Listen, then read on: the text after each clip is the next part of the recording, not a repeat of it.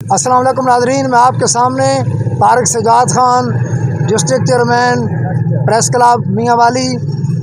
देखते हैं, पूछते हैं ये म्यूनिसिपल कमेटी के मुलाजमीन जिन्होंने धरना दिया हुआ है, इन्होंने अपने कमेटी के अफसरान के ख़िलाफ़ हड़ताल की हुई है कि इनको इनकी तनख्वाहें बकाया हैं, इनके जो ओवर टाइम ये काफ़ी अरसे के सालों से बकाया हैं।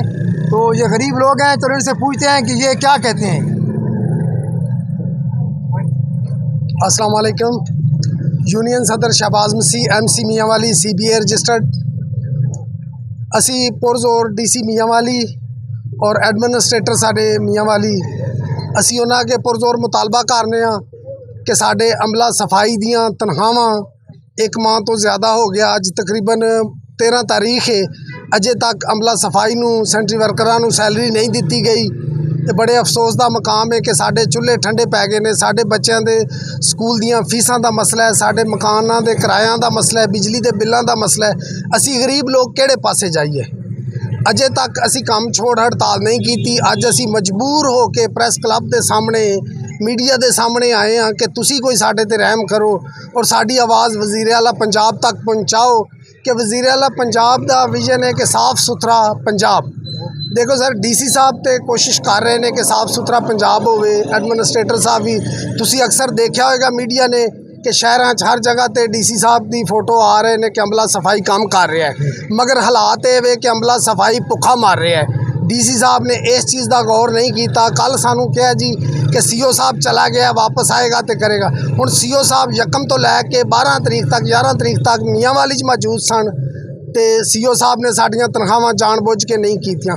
हुण साडा छोटे मुलाजमां दा इहदे च की कसूर है कि CO साहब लेबर कोड नंबर 5 पेश नहीं होए, उहदे च CO साहब की सैलरी बंद है, अदारे का सत्यानाश हो रहा है, केसां दा केस पेश नहीं हो रहे, जिसकी वजह तो मसले पैदा हो रहे हैं। गिरफ्तारी वारंट CO साहब के निकले हुए हैं। पिछे CO साहब 3 महीने MC मियाँ वाली च नहीं सन, लाहौर बह के डाका करते रहे ने, आर्डर करते रहे ने।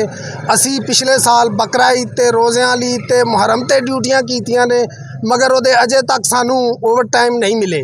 साडा की कसूर है कि जदों असां गस्टड छुट्टियां ते गंद च हत्थ मारने जनाब उन्हां दियां सफाइयां करने ओझरियां चुकने जनाब उन्हां कुर्बानी करते हैं।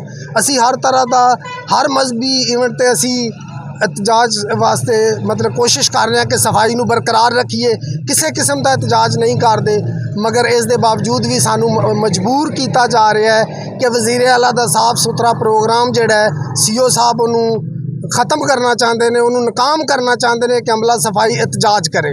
असी नहीं चाहते कि असी एहतजाज करिए, मगर सानू अज भी मजबूर किया गया। हुण भी असी ड्यूटियां करके ते ड्यूटी तो फारग होकर असी छुट्टी तो बाद आए हैं कि मता साडे अफसराने बाला दी अखां खुल जान, साडी गौरमेंट दी अखां खुल जान कि साडे गरीबां ते रहम किया जाए, सानू सैलरी दे दी है। असी कोई कोठियां बंगले ते मंगते नहीं हैं, कोई जायदादां ते मंगते नहीं हैं, असी अपनियां सिर्फ मजदूरियां मांग रहे हैं कि असी जिहड़ी मजदूरी की है सानू मजदूरी ते दे दी जाए।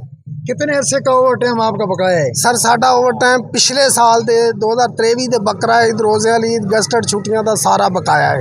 इस साल भी ईद का पिछे महीना पूरा साड़ियाँ ईद के मौके पर भी साड़ियाँ छुट्टियां कैंसल करके साढ़े को अहम इतवारां ते मजहबी इतवार सन साढ़े उन्होंने अहम तो साढ़े को काम कराया गया है, मगर वह भी अजे तक सानू ओवर टाइम नहीं दिता।